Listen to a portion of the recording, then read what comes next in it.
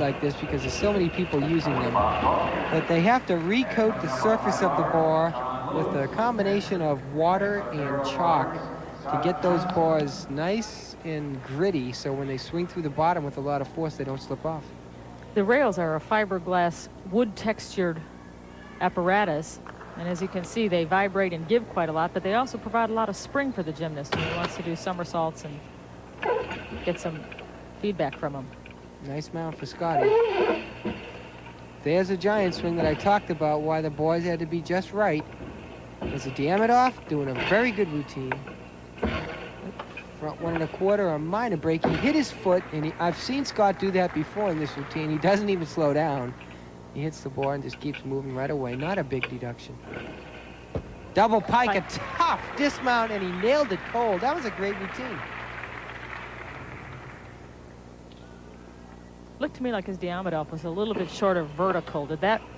Doesn't matter in terms of difficulty, no. It doesn't have to be held to a handstand. When I watch the somersaults, layouts and pikes are my favorite positions as opposed to the tuck, and his double pike here is pretty. His double pike is great, and it's so hard to do a double pike consistently on parallel bars because you're spinning so fast when you hit the ground. The bars aren't as high as the high bar and rings, and it's just tough to land it. But that was a great one. Scott Johnson on the parallel bars. A fine performance. We will have his score for you when we return from these commercial messages. Don't go away.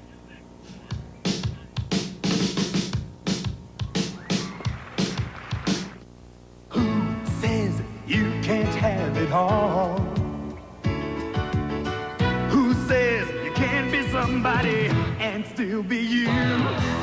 Who says you can't taste life best and not look like you do? Michelob Light, oh yes you can. Michelob Light, oh yes you can. Michelob Light, super premium taste in a less filling beer. Michelob Light, oh yes you can. Have it all. Designs that work are designs that last. And a Delta washerless faucet lasts and lasts and lasts. When it's on, it's on. And when it's off, it's off. So it works just as beautifully as it looks. Enduring designs by Delta for the beautiful designs that you live in. Delta Faucet, we're first because we last. You are looking at Charles Lakes. He is getting ready to vault, but let me quickly tell you the score for Scott Johnson on the parallel bars. He received a 9.45. But getting back to the drum of Charles Lakes, he is battling for 6th, the starting position on this World Championship team. Billy Paul, who currently holds 6th place, received an 8.6 on his high bar routine. So if Charles Lakes can just do a couple of solid performances in his last 2 events, he could make the starting team.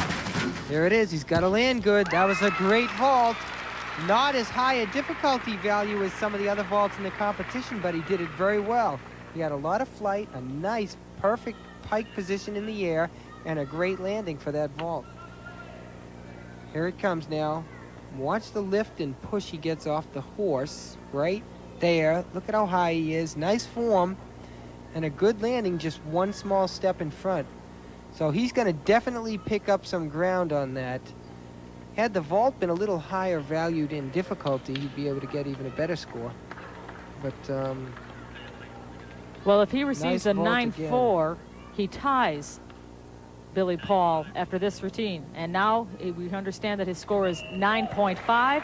So technically, after 5 rotations, he is 1/10 of a point ahead of Billy Paul, but each gymnast has 1 apparatus remaining. Billy Paul gets to vault, and Charles Lakes has the parallel bars to compete on. And speaking of the parallel bars, let's go over to Phil Cahoy.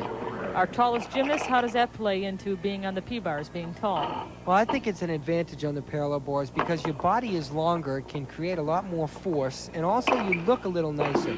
If a gymnast like Phil, being 5'11", can handle that body and make it tight and make it do all the skills it's supposed to, when he does it, he looks longer than everyone else and it's a little more aesthetic looking.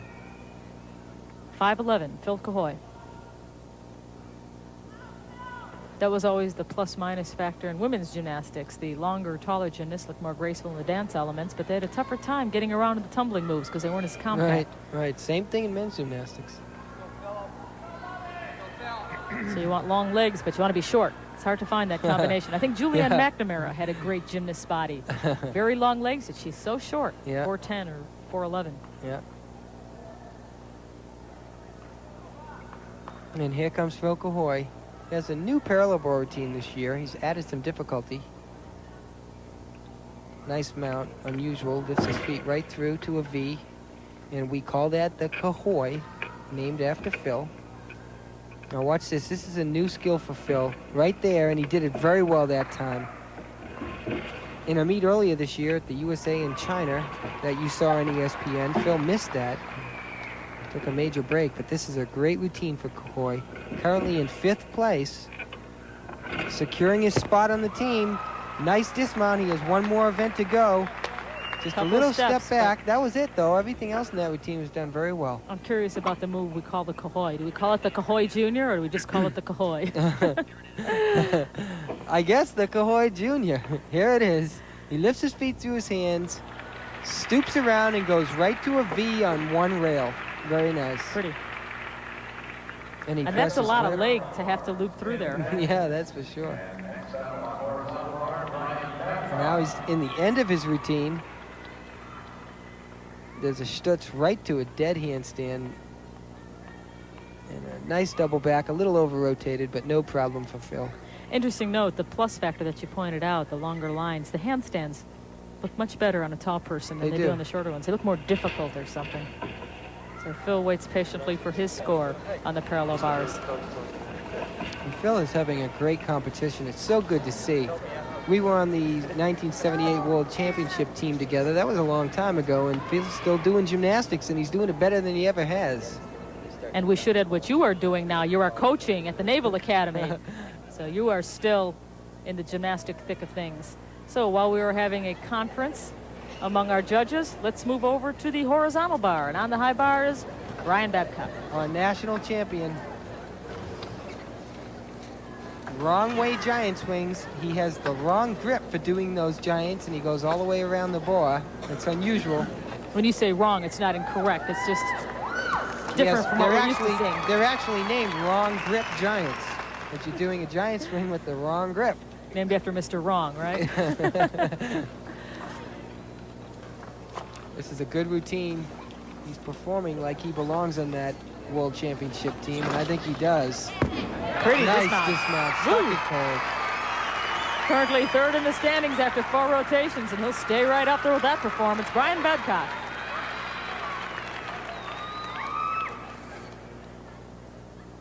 And here he is in the dorsal or inverted grip, which is a requirement on high bar.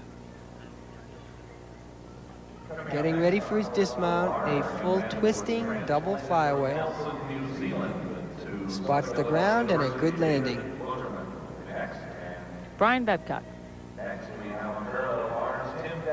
And while Brian Babcock waits for his score, let me bring you up to date on what happened to Phil Cahoy. He received a 9.6 for his performance on the parallel bars. And this is Tim Daggett, who is getting ready to compete in that same apparatus. Tim Daggett, our leader after 4 rotations by a comfortable margin, is a score right now of 94.3 going into this 5th event. And Daggett is aggressive on the parallel bars. That's the best word for him. Look at that. Peach basket. He went right to handstand. There's a giant all the way around.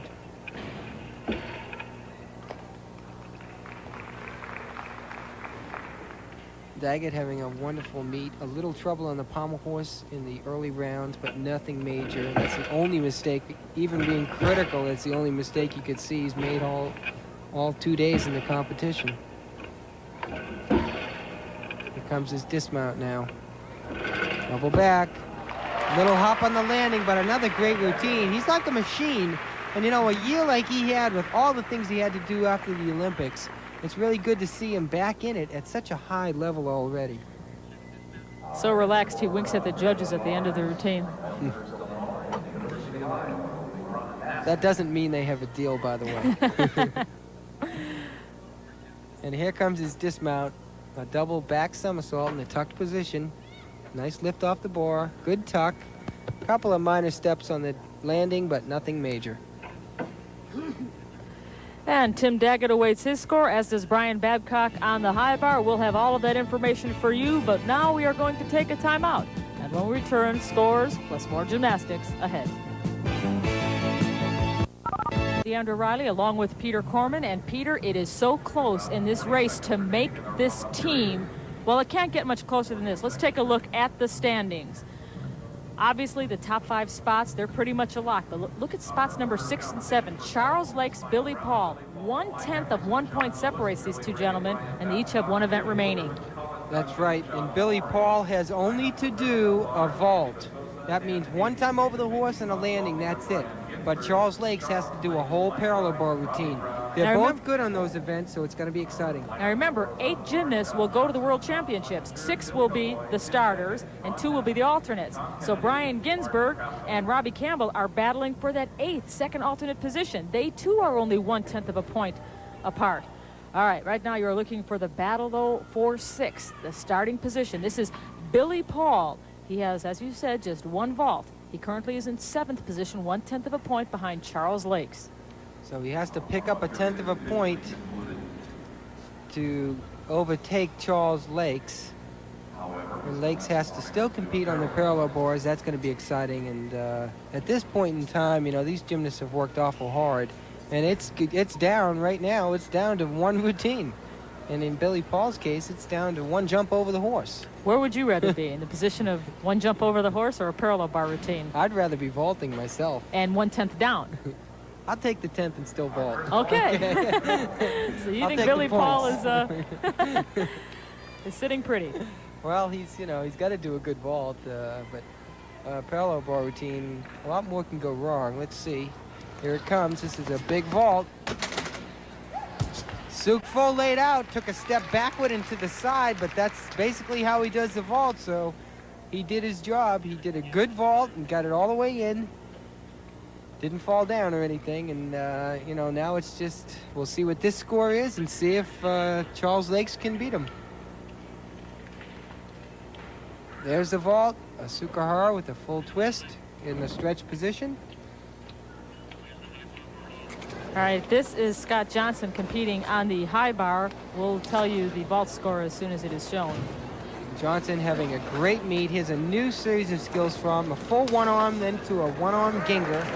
That is a D skill, meaning the most difficult. Here comes his dismount now. Tucked F in, F out. And that's it. You know he's on the team. Scott Johnson will be up in Montreal at the World Championships in November. And he won't be just up there. He'll be one of the top gymnasts for the United States, as evidenced by these trials. Right now he's in 2nd place, and boy, he looks good tonight. He does. He really does look good. A member of that gold medal team in Los Angeles, still competing. And here comes his dismount on the high bar. Full twisting, double flyaway. And he got it in, and what a good meet for Scott Johnson. And we promised you the score for Billy Paul. On the vault, he received a 9.3. Now remember, Charles Lakes, the man he is chasing right here, with 1 event remaining, that event being the parallel bars, is trying to remain calm. Yeah, meditating, if you will. Awful lot of pressure on him right now. All right, Scott Johnson, who just dismounted from the high bar, received a 9.40 for that performance. A good score for Scott Johnson, but it's meaningless for him because he's a lock on this team. Billy Paul and Charles Lakes, that's where the battle is taking place. How Charles Lakes does, well, we'll reveal that to you after this timeout.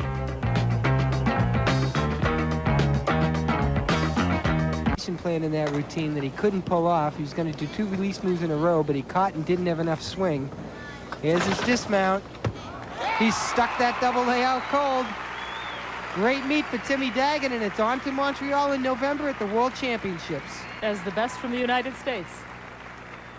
Now, you knew he didn't do a release move. The judges may have suspected he didn't do it. But can they penalize him? No, they cannot. No. They cannot penalize a judge for something, for a gymnast for something he was going to do but didn't do. Only if he needed it for difficulty in combination, but Timmy didn't in this case. Here comes his dismount. A double layout, and he usually does this with the full twist too. He left that out, playing it a little safe. He's got a lot of hard work from now through November too. And there's going to be some pressure on him up there, but I think Timmy's going to rise to the cause.